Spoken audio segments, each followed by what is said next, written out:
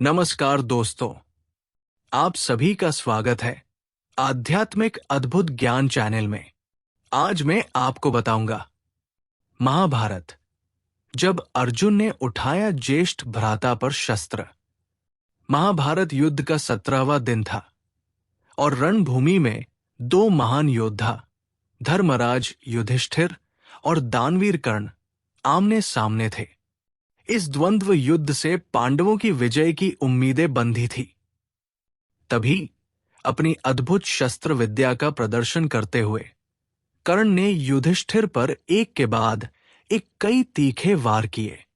युधिष्ठिर बुरी तरह से घायल हो गए। कर्ण के पास ये स्वर्णिम अवसर था कि वो युधिष्ठिर को मारकर पांडवों की नींव हिला दे, परंतु उसने ऐसा नहीं किया। क्यों? कर्ण ने युधिष्ठिर पर इसलिए प्रहार नहीं किया क्योंकि उसने पांडवों की माता कुंती को वचन दिया था कि वह उनके किसी भी पुत्र की जान नहीं लेगा। इसी प्रतिज्ञा के कारण अनिच्छा होते हुए भी कर्ण ने युधिष्ठिर को जीवित छोड़ दिया। जब नकुल और सहदेव ने अपने ज्येष्ठ भ्राता युधिष्ठिर की ये दुर्दशा देखी तो वे तुरंत उन्हें शिविर में ले गए, जहां उनके उपचार की व्यवस्था की गई। जब तीनों भाई तंबू में थे, अर्जुन और भीम अभी भी बाहर शत्रु सेना से जूझ रहे थे।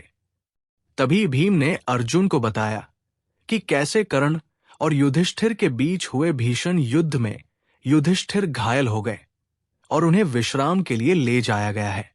भीम ने अर्जुन से आग्रह किया कि वो अकेले ही शत्रुओं का सामना कर लेंगे और अर्जुन को युधिष्ठिर के पास जाकर उनके स्वास्थ्य का समाचार लेने के लिए कहा। आज्ञा का पालन करते हुए राजकुमार अर्जुन उस तंबू की ओर चल पड़े जहां युधिष्ठिर पीड़ा से कराह रहे थे। तंबू में लेटे युधिष्ठिर ने अचानक अपने प्रिय अनुज अर्जुन को अपनी ओर आते देखा। अर्जुन को देखकर उनकी प्रसन्नता का ठिकाना न रहा। उन्होंने मन ही मन सोचा कि अवश्य ही अर्जुन ने युद्ध में कर्ण पर विजय प्राप्त कर ली होगी और वो उनके लिए खुशखबरी लेकर आ रहा है। उन्हें गर्व महसूस हो रहा था कि उनकी इस अवस्था के लिए जिम्मेदार व्यक्ति को उनके छोटे भाई ने दंडित कर दिया होगा। निश्चित रूप से अर्जुन ने कर्ण को मार डाला होगा, परंतु युधिष्ठिर सत्य से अनभिज्ञ थे। तंबू में प्रवेश करते ही अर्जुन ने अपने ज्येष्ठ भ्राता को प्रणाम किया और उनके स्वास्थ्य के बारे में पूछा, लेकिन युधिष्ठिर इस बात को सुनने के लिए अधिक उत्सुक थे कि अर्जुन ने कर्ण को मारा या नहीं। तभी राजकुमार अर्जुन ने अपने आने का वास्तविक कारण बताया। उन्होंने कहा कि कैसे भीम ने युधिष्ठिर के घायल होने की खबर सुनाई, जिसके बाद वो तुरंत उनकी कुशलक्षेम जानने के लिए दौड़े चले आए। अर्जुन के मुख से सच्चाई सुनते ही युधिष्ठिर क्रोध से भर उठे। वे चिल्लाए, क्या तुम यहां केवल मेरे घावों के बारे में पूछने आए हो या उन्हें और कुरेदने?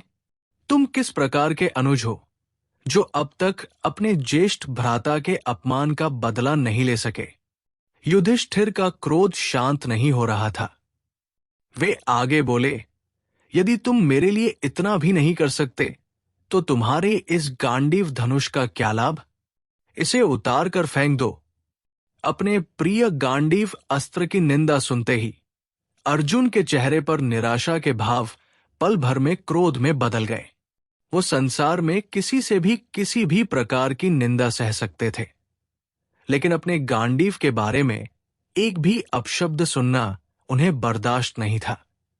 वास्तव में ये अर्जुन द्वारा ली गई एक प्रतिज्ञा का हिस्सा था, जिसके अनुसार कोई भी अपना या पराया यदि उनके पवित्र और प्रिय गांडीव अस्त्र के बारे में बुरे वचन कहेगा तो वो उसका सिर धड़ से अलग कर देंगे।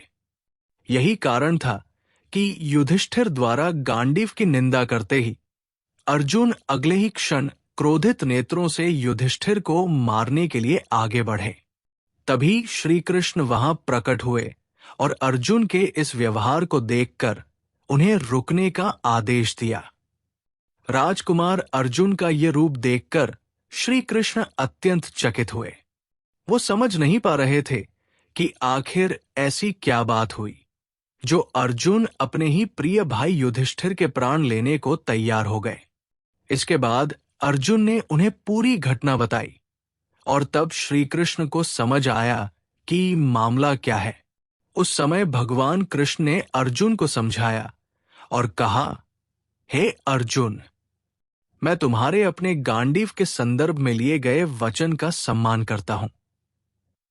वचनानुसार तुम्हें अपने ही ज्येष्ठ भ्राता को मार देने का पूरा अधिकार है, परंतु धार्मिक दृष्टिकोण से ये पाप है। लेकिन दूसरी ओर अर्जुन भी अपनी प्रतिज्ञा से बंधे हुए थे।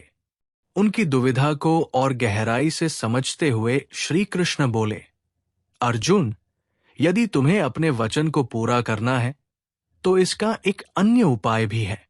माना जाता है कि अपने से बड़ों का अनादर करना उन्हें मृत्युदंड देने के समान होता है। यदि अभी तुम अपने ज्येष्ठ भ्राता का अपमान करो तो तुम्हारा वचन पूर्ण हो जाएगा। श्री कृष्ण की आज्ञानुसार अर्जुन ने अगले ही क्षण युधिष्ठिर का तिरस्कार किया। अपने द्वारा किए गए इस अनादर को अर्जुन सहन नहीं कर सके और इस बार अपने ही प्राण लेने के लिए उन्होंने अपनी तलवार उठा ली। लेकिन भगवान कृष्ण ने उन्हें ऐसा करने नहीं दिया। उन्होंने अर्जुन को बताया कि स्वयं के प्राणों का अंत करना यानी आत्महत्या करना शास्त्रों में अधर्म माना जाता है और पांडवों द्वारा अधर्म के मार्ग पर चलना एक बहुत बड़ा पाप और अन्याय साबित होगा। इसलिए उसे धर्म का मार्ग चुनना चाहिए। इसके साथ ही श्री कृष्ण ने कहा कि आत्म प्रशंसा आत्मघात के समान है।